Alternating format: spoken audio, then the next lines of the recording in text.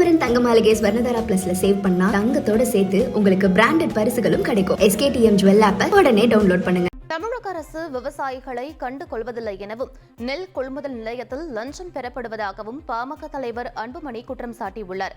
காஞ்சிபுரம் மாவட்டம் ஸ்ரீபெரும்புதூரில் நடைபெற்ற தமிழக மக்கள் உரிமை மீட்பு பயணத்தின் போது பேசிய அவர், திமுக அரசு விவசாயிகளை ஏமாற்றுவதாகவும் தன்னிடம் ஆட்சி அளிக்கப்பட்டால் 6 நாட்களில் போதைப் பொருட்களை ஒழித்து விடுவேன் என்றும் தெரிவித்துள்ளார்.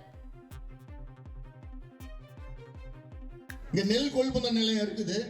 அந்த நெல் கொள்முதல் விவசாயி பாவம் 3 மாசம் 4 மாசம் கஷ்டப்பட்டு ராத்திரி பகலா நெல்லை போட்டு நாத்து நட்டு நெல்லை போட்டு தண்ணியை பாய்ச்சி களை எடுத்து அறுவடை செஞ்சு எடுத்துட்டு போய் கொடுத்தா அந்த நெல் கொள்முதல் நிலையத்துல ஒரு மூட்டை நெல்லுக்கு 50 ரூபாய் 60 ரூபாய் 70 ரூபாய் கமிஷன் கேட்கறான். படுபாவி கம்நாட்டி பையன். திமுக ஆட்சியில காசுக்கு என்ன வேணா பண்ணுவான். மண்ணை கொள்ளடிச்சாங்க, அதுக்கு பிறகு மணலை கொள்ளடிச்சானுங்க, அதுக்கு பிறகு மலையை கொள்ளடிச்சானுங்க, இப்போ கிட்னியை கொள்ளடிக்கிறானுங்க. எங்க கிட்ட ஆட்சியை விட்டு பாருங்க. 6 மாதத்துல 6 நாட்களில் என்னால இந்த போதைப் பொருட்கள் தமிழ்நாட்டில இருந்து ஒழிக்க முடியும்.